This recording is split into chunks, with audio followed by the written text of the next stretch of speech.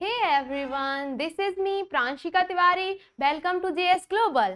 जैसा कि हमने हमारी क्लास 10 की जो बुक थी उसका फर्स्ट चैप्टर देखा था, द लेटर टू गॉड.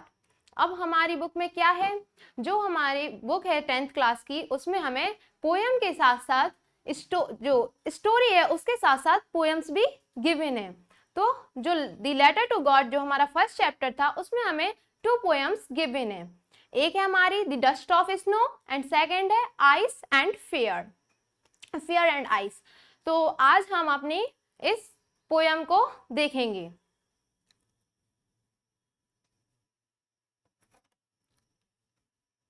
तो द डस्ट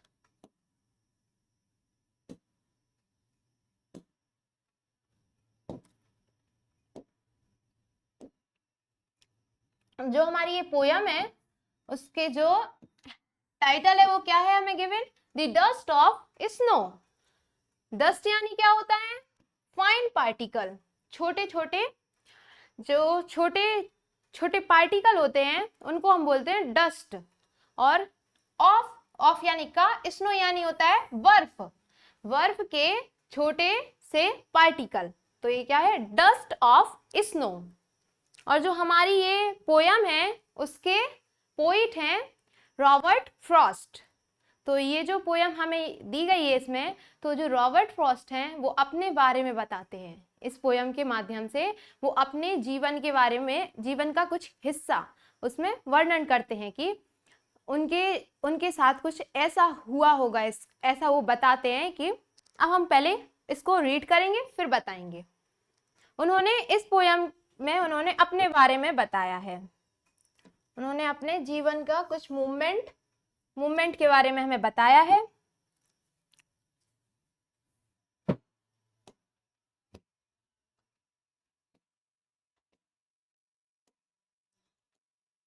तो हमारा जो फर्स्ट स्टैंजा है, जो हमारी ये पोयम है वो हमें 2 स्टैंजास में गिवन है. तो पहले हम अपने फर्स्ट स्टैंजा को देखेंगे. तो हमारा जो फर्स्ट स्टैंजा है उसमें, the way a crow swooped down on me, the dust of snow from a hemlock tree. तो ये फर्स्ट स्टैंजा में वो क्या बोलते हैं, द वे ए क्रो. जो हमारा जो पोइट है, कवि हैं, वो क्या बोलते हैं, the way a crow swooped down on me. वो कहते हैं कि जब वो एक रास्ते से गुजर रहे होते हैं, हाँ, तो क्या होता है, द डस्ट ऑफ स्नो के फाइन पार्टिकल, बर्फ के छोटे छोटे टुकड़े, फ्रॉम ए हेमलॉक ट्री.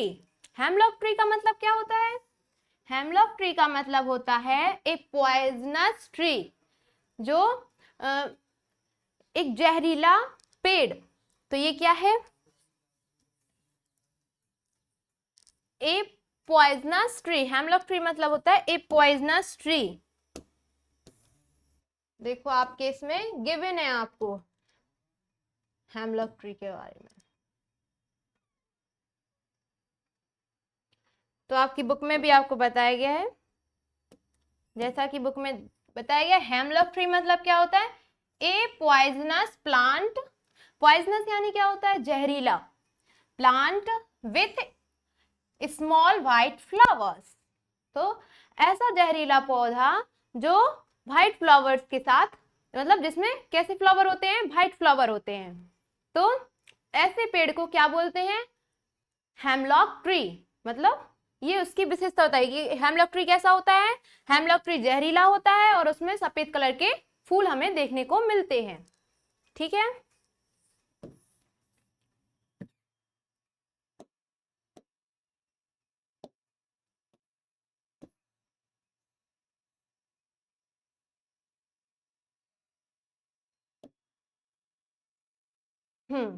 तो हमने फर्स्ट स्टैंजा था जो हमारा, उसको रीड किया. The way a crow swooped down on me, the dust of snow from a hemlock tree. जब वह एक रास्ते से गुजर रहे होते हैं, हमारे जो पोइट हैं और जो कवि हैं, वो एक रास्ते से गुजर रहे होते हैं. swooped down on me, तभी क्या होता है, swooped down on me मतलब होता है मेरे ऊपर गिरना. swooped down on me. Shook down on me the dust of snow, dust of snow यानी बर्फ के टुकड़े, हाँ डस्ट यानी क्या होता है, ए फाइन पार्टिकल, हाँ छोटे छोटे टुकड़े, तो किसके टुकड़े, बर्फ के टुकड़े क्या होते हैं, उनके ऊपर गिरते हैं, फ्रॉम ए हेमलॉक ट्री, और कहां से, हेमलॉक ट्री से, ठीक है।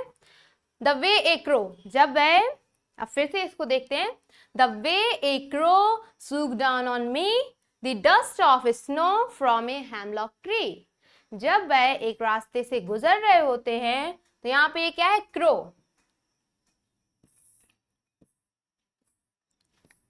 क्रो यानी कोया, द वे ए क्रो, जब वह एक रास्ते से गुजर रहे होते हैं, जब वह रास्ते से गुजर रहे होते हैं तो क्या होता है, वहां पे जो क्रो होता है, जो कोया होता है, वह क्या होता है, हेमलॉक ट्री पर बैठा हुआ होता है, वो क्या करता है, हेमलॉक ट्री से मूव होता है, तो उसके मूवमेंट से क्या होता है, उसके हलचल से जो बर्फ के जो टुकड़े होते हैं वो कभी के कंधे पर या फिर उनके ऊपर गिर जाते हैं, सूक डाउन ऑन मी, हाँ सूक डाउन ऑन मी, यहाँ पे बोल रहे हैं मेरे ऊपर, मतलब उनके ऊपर क्या होते हैं, गिर जाते हैं, shook down on me the dust of snow, बर्फ के छोटे टुकड़े, फ्रॉम ए हेमलॉक ट्री, और कहां से गिरते हैं, हेमलॉक ट्री से, ठीक है। तो ये हमारा है first stanza.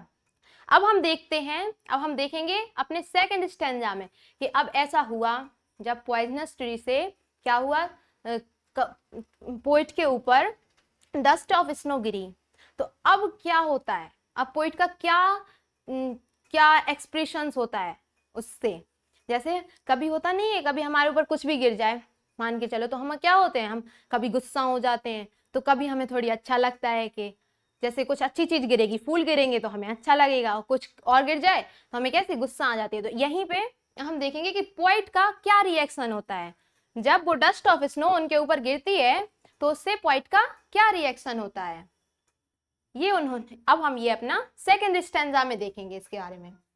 Has a given my heart,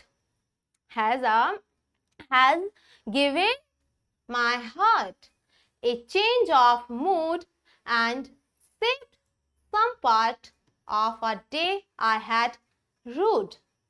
यहाँ पर rude मतलब होता है, rude का मतलब होता है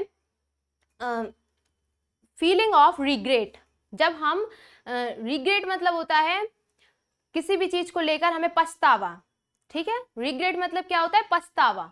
तो यहाँ पर रूड का मतलब क्या है, रूड मतलब फीलिंग ऑफ रिग्रेट, पछतावे की भावना, वो क्या थे, पछतावे में भरे हुए थे, जब वह उस रास्ते से निकल रहे थे, जा रहे थे हमारे जो पोइट, तो क्या होता है, जो डस्ट ऑफ, जो क्रो होता है वो क्या होता है, क्रो की हलचल से क्या होता है, डस्ट ऑफ स्नो उनके ऊपर गिरता है, और कहां से, हेमलॉक ट्री से।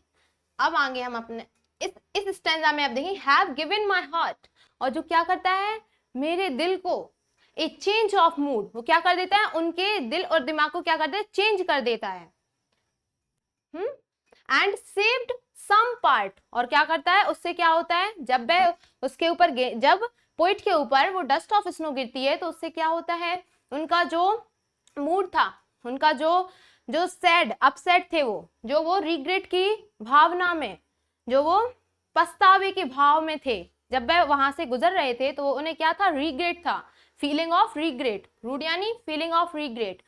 तो वो उससे क्या होता है, जब वो डस्ट ऑफ स्नो उनके ऊपर गिरता है, तो उनका जो मूड था, जो सैड थे वो, तो क्या हो जाता है, वो चेंज हो जाता है, ठीक है, ए चेंज ऑफ मूड, क्या होता है इससे, उनका मूड चेंज हो जाता है, एंड सेव्ड सम पार्ट, और क्या होता है, एंड सेव्ड यानी बचाना, some part of a day, और उनको ऐसा लग रहा था कि अब इस फीलिंग, इस रिग्रेट की फीलिंग से क्या होगा, उनका सारा दिन ही खराब जाएगा।